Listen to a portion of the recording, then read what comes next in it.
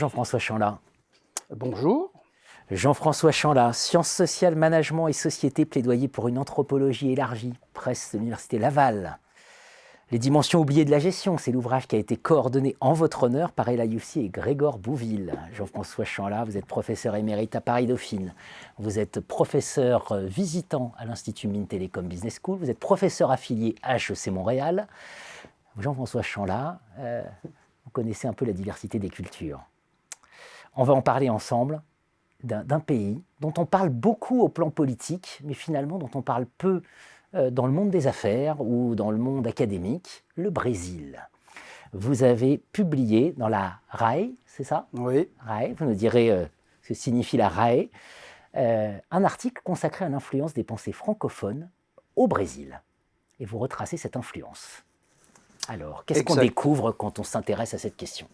On découvre déjà à travers le Brésil un continent qui s'appelle l'Amérique latine, une des grandes parties du monde qui regroupe plus de 600 millions de personnes, dont les langues sont évidemment l'espagnol et le portugais très, très généralement, puisque évidemment, le Brésil parle portugais et toutes les autres parties de l'Amérique latine parlent espagnol, à l'exclusion évidemment de la Guyane française et de la Guyane anglaise, etc.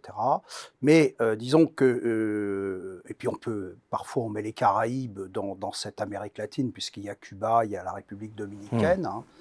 Mais je dirais que la relation entre la pensée francophone et le Brésil est très particulière, elle est très ancienne.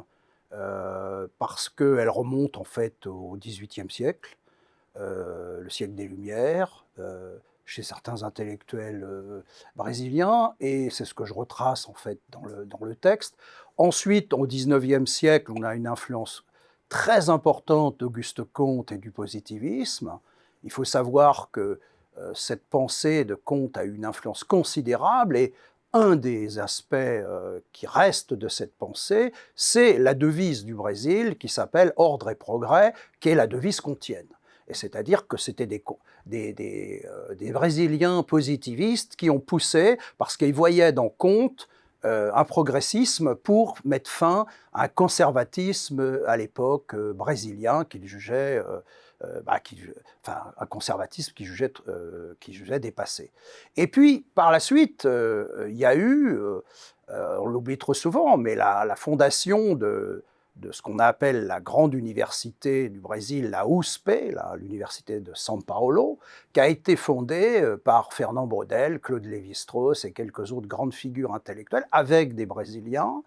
Et très longtemps, y compris dans le département de philosophie de la USP, on parlait français. C'est-à-dire que ce n'est que récemment qu'on se met à parler d'autres langues, parce que historiquement, c'était le français qui était la langue du département, en fait. Bon, même si aujourd'hui, évidemment, il y a l'anglais, l'allemand, il y avait, etc., parce qu'il y a des traditions, évidemment, très, très variées, européennes très variées au Brésil.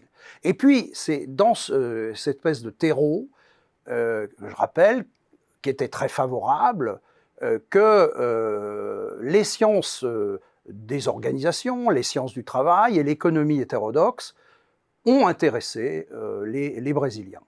Et bon, j'en ai été un des exemples, mais il y en a bien d'autres, des grandes figures comme Eugène Henriquez, Christophe Dejour, etc., sont aujourd'hui des ouvrages classiques pour les Brésiliens, hein, comme d'ailleurs dans certaines parties de l'Amérique latine espagnole aussi. Hein. Donc on voit bien qu'il y a ça. Et pourquoi? Parce qu'en fait, les Brésiliens, comme vous le savez, le Brésil c'est un grand pays, les Brésiliens sont...